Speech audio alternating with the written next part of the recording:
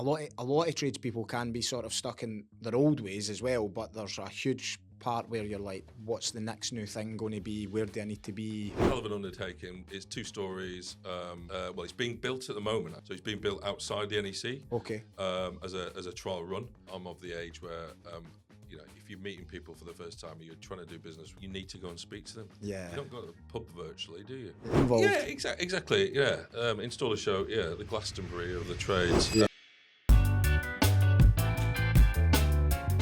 Hi guys, welcome back to Taylor Talks Trades. I'm your host Jamie Taylor.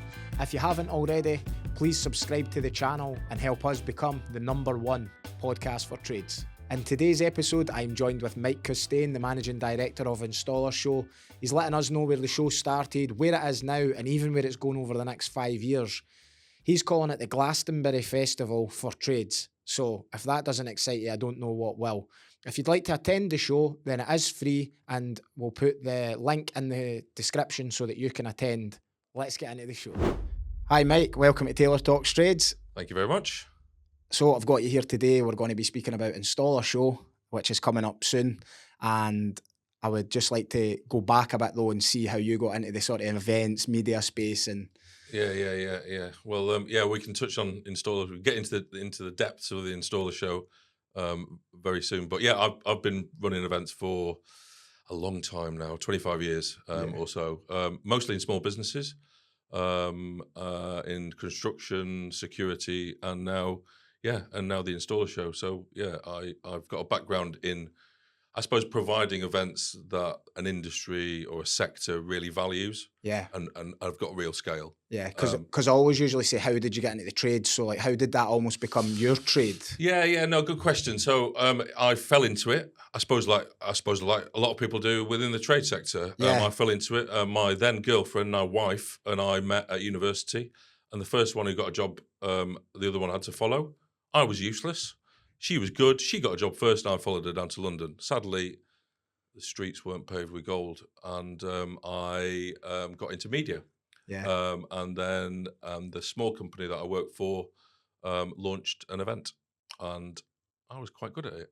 Yeah. And then I was involved in a couple of big events. Yeah, as I said, in the security sector, construction sector, big event called EcoBuild, quite a long time ago now.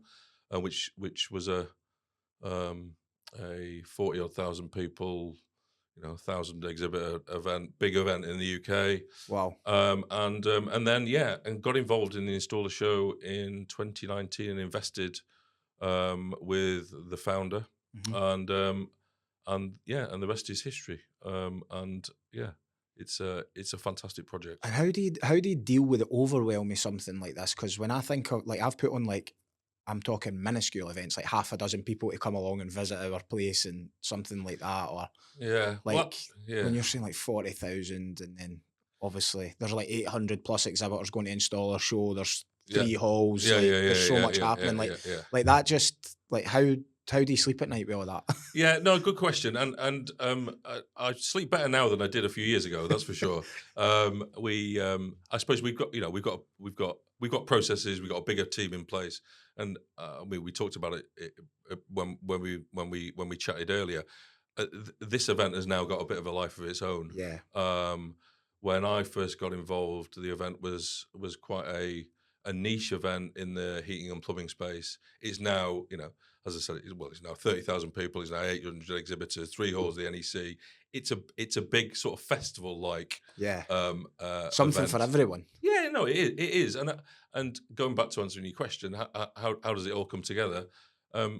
Processes, trust in the team. We've got a great sales team. We've got a great marketing team, great contact team, great admin and operations team as well. So it's quite a big operation now. Yeah, I can probably relate to it in a sense, because when I was a roofer sort of on the tools, and then I managed to come off the tools, and then now it's sort of, we're into that business owner territory. Yep. It's almost like, I think if I'm speaking to another roofer or any trades guy, they're like, oh, how do you like even sleep when you're trying to pay all those wages at the end of the week, or how do you do that? And it's very similar to what you said. It's like, well, now we've got a team who makes sure that this work comes in, and then this work gets delivered, and actually it's my job to just make sure that the systems and the processes are all on point, and I'm tweaking things and making them better from that sort of helicopter view. So it does make sense, what you say, and I think it's probably quite relatable to trades in some way, but that's just my bias. Like, because it's a trades podcast, I'm always going, Yeah, look at a wee trades angle in this. There doesn't always need to be, but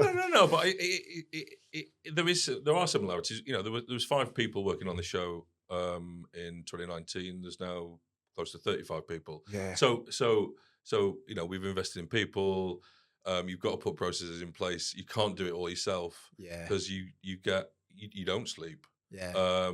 So because you will drop a ball if you're juggling them all or whatever. Exactly. So you know, it's it's a big undertaking, but we like what we do. Yeah. Probably a bit like yourself. Yeah. You like your industry. We love our industry. You're passionate about it, so exactly. you just get it done and you just drive the team forward. Exactly. So let's move into Installer Show a bit then. Yes. How did it sort of come about? I know you said you got in 2019, so it maybe been running already, but like, how did you get involved? What was the... Yeah, so I knew the founder of the business because of the event that we were involved in earlier called EcoBuild. Yeah. And I approached him in 2019, and his background was journalism. My background is events and scaling events. Yeah. And so he'd created a very solid, quite small niche event for the heating and plumbing sector.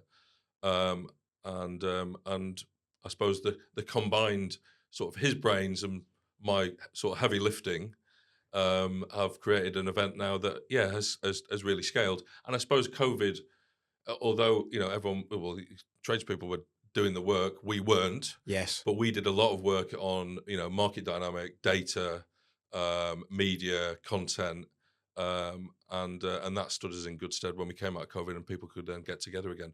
And the market is this sector is dead important. Renewables, new tech. There's an ever-changing sort of market dynamic. People want to learn. People want to grow their businesses. Innovation. Exactly. I think tradespeople want to know what's next. Yep. A lot of tradespeople can be sort of stuck in their old ways as well, but there's a huge part where you're like, what's the next new thing going to be? Where do I need to be? How can I be there? So I think that's quite a good way. Just maybe if you were going to the show, you would actually be able to, you'll probably have your eyes opened. Yeah. You'll see a new piece of tech that's coming, or this is how roofs are going to be getting done later, or here's the space you should move into. Plus the like-minded people as well, just to... Yeah, people go to events for lots of different reasons. Now we've got a lot of scale, as you say. You can see a lot of tech. Yeah. So if you're going to go and talk to SIG or Wienerberger or Marley, their offering at the Installer Show will be different than it was 10 years ago because the world has moved on. Yeah. If you're going to go and talk to, I don't know, a kitchen manufacturer or a bathroom manufacturer or heating and plumbing, or you're going to go and talk to Milwaukee about tools. Yeah. The world has moved on in the last 5 or 10 years. Tech keeps evolving. We've seen a huge amount of change in the product mix at the Installer Show. And that's just because tech is driving it all. Yeah. Yeah, no, I think it'll be quite an exciting place. A bit of buzz about it, and I know that there's going to be like a 2-story sort of. Is it like a passive house? Isn't it? Is this an close to passive house? It's a hell of an undertaking. It's 2 stories. It will be built. It's being built at the moment, actually. Okay. So first, it's being built outside the NEC. Okay. As a trial run. Oh, right. And then it will be deconstructed. And then it will be rebuilt within 3 days. So is it going to be getting built as the event's going on? No. It'll be built during the 3 days of build-up. And then it will be a finished... There'll be cutaways. There'll be, I don't know how many suppliers are involved. 30 or 40 suppliers involved. It's quite an undertaking, but that will be one of the big focal points of the show. I mean, there's 11 theatres. There's 300 speakers. There's gazillions of exhibitors. There's there's so much going on, as well as a whole lot of social events as well. So fun as well as education and tech. Yeah. Who's the main attendee? Is it a tradesperson, or is it? Does other people come? Like, is there DIYers and stuff as well, or is it mainly? It's going to be tradespeople in the room. It's mainly tradespeople. It's mainly business owners. Yeah. There'll be a lot of people who are doing the job on the tools. Yeah. We see quite a lot of local authorities, house builders, commercial property owners, facilities managers. But yeah, the core group are people who are involved in roofing, in flooring, in heating, in plumbing, in electrical. Exactly, it's right across the trade. And how long has it been this sort of more evolved market space? Like I know you were saying before, it was very much plumbing and heating, was it? Yeah. And is that like just the last few years that started to build that way? Yeah, it has. We are, we can't force the market because we're a facilitator. We sort of host it. Yeah. But the market has driven us to create an event that is cross trades. Yeah. And probably wouldn't have worked as well 7 or 8 years ago. Mm-hmm. It feels right now. Yeah. Many years ago. You're probably too young for this. But there was an event called Interbuild, which ran for about 100 years. Anyway, it stopped running what 30 years ago or so. Yeah. So this is, and it took up the whole of the NEC. There was 100,000 people went. So that's the journey we're going on. Yeah. To build back an event that the UK can say, actually, that is the event we're going to go to. That's where I'm going to learn stuff. That's where I'm going to meet my mates. Yeah. That's where I'm going to meet new people. And so yeah. We're next 5 years should be fun. Yeah, it's interesting stuff, and I think when you've got so many, like there's so many different trades, I think there's something big on that. So when I started this podcast, a lot of it was around sort of collaboration as well. Yep. But what I found was if I started a roofing only niche podcast, there's a lot of roofing companies probably wouldn't have came on, like because they just kind of see it as a competition type thing. Yep. Whereas it softened the blow by it being like all trades. Yep. So like I did have a couple of roofing guys on at the start, but then all of a sudden it was like electricians, landscapers, heating engineers, renewables, everything. Yeah. And we've had all different types of people on, but you can learn so much like cross trades. It's all very similar, although the exact technical works different. But as a trades business owner, it's very like universal. You need to employ people. You need to get good systems and processes. Yep. You, if you're going to grow it, you need to learn marketing. You need to learn sales. You need to learn finances, which is a big one that a lot of trades guys just think, oh, like I can't learn finances, but you actually can. There's ways to do it. So I think there's just so much to be learnt by getting in that environment with different trades who's probably having similar issues as well, or might have solved an issue that you're having already, and it can be adapted to your sort of industry as well. Yeah, and that's quite key. So what one of the things that an event organizer should do is put the jigsaw puzzle of a sector together. Yeah. And so if you're in roofing, the proposition should be really strong for you just to come as a roofer. But you, as you said, you don't, the world doesn't work in silos. Yeah. So you're going to learn from people who are involved in an adjacent sector, whether you're an electrician or a heating engineer or flooring company or whatever. You've got the same challenges. You're running your own business. Yeah. You're growing your own business. As you talk about finance, you talk about job delivery, all that sort of stuff. There's a whole lot of digital tools out there that will help you. And so we, as the organizer of an event like this, need to make sure that the proposition from a tech point of view in each sector is represented. But then there is that thing that binds everyone together. Yeah. And if we can do that, we sort of cracked it. Yeah. And then people come to the show and think, actually, I bloody love that. Yeah. And I'm going to come next year. Yeah, so there is socials and stuff on as well, and that kind of just intertwines it all. And exactly. It's a bit of fun involved. Yeah, exactly. Yeah. Install a show. Yeah, the Glastonbury of the trades. Yeah. It is quite social. People, if you think, you've been through the journey. If you are, if you go back and you're working on your own a lot. Yep. You're running your own business. Yeah. It can be relatively.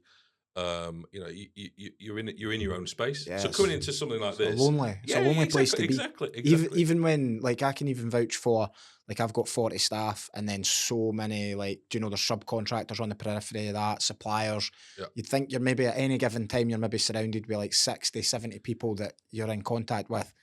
It's still very lonely. Yeah. Because you're sort of here and you're having to try and make all these decisions that Yeah. go down. So, like, although you're surrounded by people, you're actually quite lonely because you need to make the tough decisions, Yeah. and you need to actually try and figure out the way forward for everyone. So you've got to be that visionary, and it's good to then probably come out of that firing line a bit and maybe go and surround yourself with other visionaries, I guess. Yeah, very, very much, very much. I mean, when you're in the weeds and you're doing the do, Yeah, and come into something like this, hopefully, it gives you a bit of inspiration.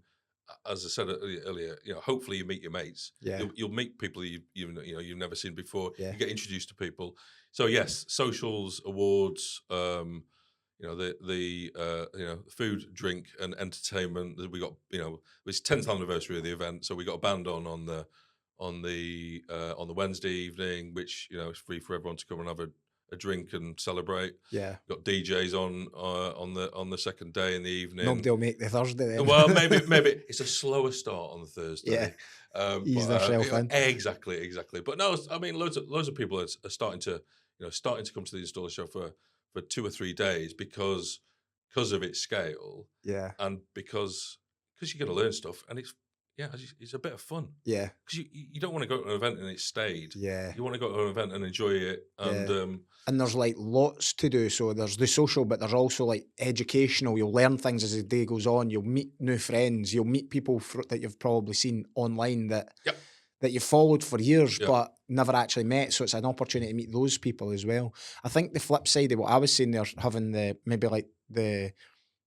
team of staff or whatever around me, there is also like very much still the one man band type guy who is maybe a painter and decorator, like in his own house, in a house just on his own all the time, or the electrician who works on his own all the time, and these guys, like, so that's an opportunity for them just to actually get out and about and make friends and sort of share and things as well. So it's probably like both ends of the spectrum. Like it can be lonely being like if you've come through the journey, like you said, being a business owner, but also just if you're a tradesman and it's and you're just you're maybe just self-employed, one sort of on your own, or even a small team. It can be quite lonely. You're spending hours on just on your own thing for periods of time. It's isolation. Yeah, right. And hopefully this is a bit of a relief and a release.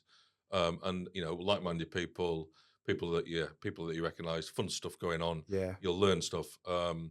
And I suppose, and then if you are interested in slightly more or so less of the social side, more of the government and policy side, you can sit and listen to Department for Energy and Climate Change and the housing department talking about building safety or energy or heat pumps or whatever it may be. So there's a serious side to it. Yeah. There's a practical side to it. There's a doing side to it, and and there is a social side to it. Yeah, it kind of covers all bases, which is great. So then the sort of more the installer trades part, that's I'm coming sort of from that angle. Well, and I know there's a lot of other sort of influencers, if you like, sort of going. I think that's quite interesting. That's quite like you see some of these guys and women online with like these big platforms, like some 50,000 followers, 100,000 followers and stuff like that. Quite cool that you can come along and probably meet them as well. Like that's probably quite an interesting spin on it, just to even probably find out, like, because there might be people who's always wanted to do that but don't know how, and I think they'll probably have the opportunity to come and say, how have you built that platform and how do you become a content creator? Because that's a whole new part of trades now. Content creation is like becoming almost part of one of the modules you would do to finish your apprenticeship. It's getting so big. Yeah. No, it is, and I suppose from a listener or an attendee, you can see them in person. You can meet them. Most people are pretty friendly. Want to explain their background, talk about what they've done. Yeah. So you can if you're coming up through the ranks, this is a great opportunity. Yeah. And the installer trades is also our opportunity of making the point that actually that tradespeople, different disciplines are working together. Yeah. So this isn't about just about roofing. It's not just about flooring. Everyone, if you come together, you can learn from each other. and a bit of fun as well. Yeah, that makes sense, and there'll probably be some of that banter where like our trade's better than your trade and that sort of stuff. But that's well, we have had a bit of that on social. I mean, the heating and plumbing world, who obviously this has been their event. yeah. You know, they were a little bit like, well, hold on a second, What are you guys all doing here? Why is everyone else coming in? But no, it's the proposition for all the different trades will be strong enough. I mean, for the heating and plumbing sector, it just gets bigger and bigger and bigger. Yeah. But you know, everyone's getting a bit closer, so we should embrace that. So, Yeah, it'll be fun. I'm looking forward to it. I'm no massive in terms of following online or anything like that, but I think what I've done is fairly unique in the sense that I've started as a one-man band, Yeah. roofer at one van, my wee brother as an apprentice, and went through and having a multi-million-pound domestic roofing company now. It's quite niche, the sort of way I've done it in that private homeowner market. So certainly if anyone's there and wants to come along and pick my brains on, like, how I got off the tools, how I sort of learnt the market and the sales side, the finances, all of that, then I'll be there sharing things and maybe giving tips and pointers on, like, how the podcast is going and just those little bits as well. But yeah, I mean, you've got really, it's a dead interesting story because you sort of straddle that, small business, growing business, and now podcaster. Yeah. So you've got a whole load of touch points there for people who are at the event. So that'll be interesting in itself. Yeah, and it's quite like multiverse, and it's good to speak about it to other people because, like, even when we chatted off air, you sort of said, why are you doing the podcast? And it's just like it's not very often actually somebody says, why do you do it? And then I need to think back, like, almost like I've been doing it a few years now, so I go back a few years and I'm like, why did I first do it? And then I think, well, I wanted to get around like other like-minded trades business owners, and I thought, we were probably just come out of COVID, and networking sort of went off a bit of a cliff's edge. Nobody was meeting anybody anymore, and it was all getting done on Zoom and online. And I thought, I want to get something, and every episode's been in person. Okay. So like even when we've travelled, we maybe went down to like Charlie Mullins down in London and things like that. It's so much easier and more cost efficient to just do it on Zoom. But I felt like I want to bring networking back to being networking, and face to face. So rather than saying to somebody, you want to grab a coffee, it was more, do you want to come on the podcast? We'll have a conversation about whatever your passion is, and it's worked quite good, to be honest. I think it's worked quite well. And it is interesting, isn't it? Because I'd assumed this was going to be on Teams as well. But it's better. It is far better. It is. It's like you get the energy. Exactly. I don't feel like you properly meet someone on Teams. There's because it's and the biggest killer of it is if the signal isn't. These days with Wi-Fi and stuff, it's usually all right. Well, but I don't know. It depends where you're on. Yeah. But there's nothing worse when it's like there's a lag or something like that. Whereas we've had the opportunity, a wee bit of a talk, sort of downstairs off air, then you get into the studio, you get set up.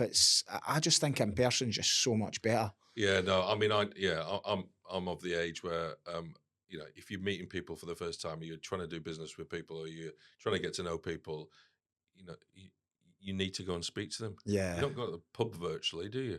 So and that it's, you just don't do that. So because you want to look people in the eye. You want to see the body language. You want to understand them a bit more. And I mean, that's part. COVID also. I mean, you don't want to really go back and dig that one up, but that sort of. I think that taught us that actually we do like seeing each other face to face. And it's that. Like I always think if you go back in time, like, so when there's so many different diets now, there's so many different ways of doing things, but if you just go back in time, it's like 1,000 years ago, what did we eat? It's like that's probably going to be quite good for you because it worked back then and everything was all right. And then you look at like the community aspect of it, and you think we were in tribes. We actually went and as families got together and ate together and learned together, and so I think that's probably where, for Installer Show, for you, that tribe-like mentality, all the trades all coming together, it gets them back in their tribe. It's like it's almost like an instinctual thing that we need that. And I think we've been starved from it for a long time. Just in general, not just trades, but just humans. Everything's sort of maybe working from home, Zoom. And I think people want to be around people. No, I think I completely agree. But I don't think until they get there, they realise that. Like you're probably thinking, oh, this would have been better on Teams. It would have been, but like now you're up. No. You know, This is a far better experience. You get in person and you think, no, that's a better way to do it. And it's the same. Like I've got a few networking events on this week, and it's like you always think, that's going to be a hassle. But once you get there and you're around people, it's always worth it. It's never not worth it. No, it isn't. I was at a dinner and a lecture on Monday, and I'm not sure if I should say this or not, but anyway, I was probably thinking the same thing. I was thinking, okay, am I going to enjoy this? Am I going to learn something? And I walked away after the dinner and thought that was fun. Yeah, I learned something. I had a chat to a few people. I saw people I knew. I saw people met people I'd met before, and I learned something. And that's far easier doing it face to face than sitting in front of a computer screen. So. Definitely. I think as well, it's sometimes the unknown's just the best. Yeah. Like going to an installer show and not knowing what could happen. Well, yeah, there is a bit of that. It's like, but once you're there, then you're like, oh, like I just met someone new I've never met before. Oh, there's somebody I actually do know. You're saying, it's I think you alluded to it earlier, but it's almost like a party. It's you've like a party would be boring if it was the same thing time after time and it was just in the same room. But now you've got different areas, more exhibitors, more things going on, catering to different people. It's like the party just seems to be getting better and better. So it's festivalization is a phrase that the media and event organisers use. That'll need to be the headline. I'm sure for this one. Exactly. Or what's another analogy? I don't know. Live sport. Yeah. Your experience of live sport is not the same. Well, experience of sport is not the same as if you go to the ground or you watch on TV. It's never going to be like it is sitting behind the goal. Yeah, it makes sense. That's the joy of coming together and lots of people coming together and being and valuing it and enjoying it and thinking actually I'm going to have a good time. Yeah. Is there anything we haven't covered on Installer Show? Is there anything You've got mascots. You've got also. Yeah, I mean, there's so many stunts going on. Yeah, there'll be an opening stunt, partly talking about that sort of multi-trade, heating engineer, plumber, roofer, flooring contractor coming together. So a bit of a stunt before the show opens. I mean, the build up to it over the next 6 weeks is going to be pretty immense. Yeah. The hours will be long. It will all be worth it. Have we covered everything? It's difficult to cover everything. Yeah. There is so much going on. It's free. Yep. Free parking if you're going to drive. Yep. There's a whole lot of social events which are also free. Yeah. A lot of people, stay over and enjoy themselves. As I said earlier, you can listen to the government, you can listen to contractors, house builders, architects, tradespeople, and you. Yeah. Tool demos as well. Oh yeah, loads of demos. Yeah. Hilti, Hikoki, Milwaukee, I think as well. I mean, Milwaukee are exhibiting, so there's a whole lot of new products. The tech stuff and new product launches. SIG are there doing a whole lot of demos on roofing. Wienerberger have never been to the show before and are throwing a load of stuff at it. Marley are there for the first time. It's quite a big deal for the roofing sector, and that feeds back to that multi-trade offering. So and it's going to run, is it the 24th to the 26th? Is that? It's the 24th to the 26th. It's at the NEC Birmingham, and hopefully everyone will be there who's listening. Yeah. And if anybody wants to come and grab a chat with me, I think we're going to have a wee live podcast type thing, just maybe like a 30-second or a 60-second podcast. Just how did you get into the trades? Maybe give your business a wee plug or something, and we'll put it on our socials as well.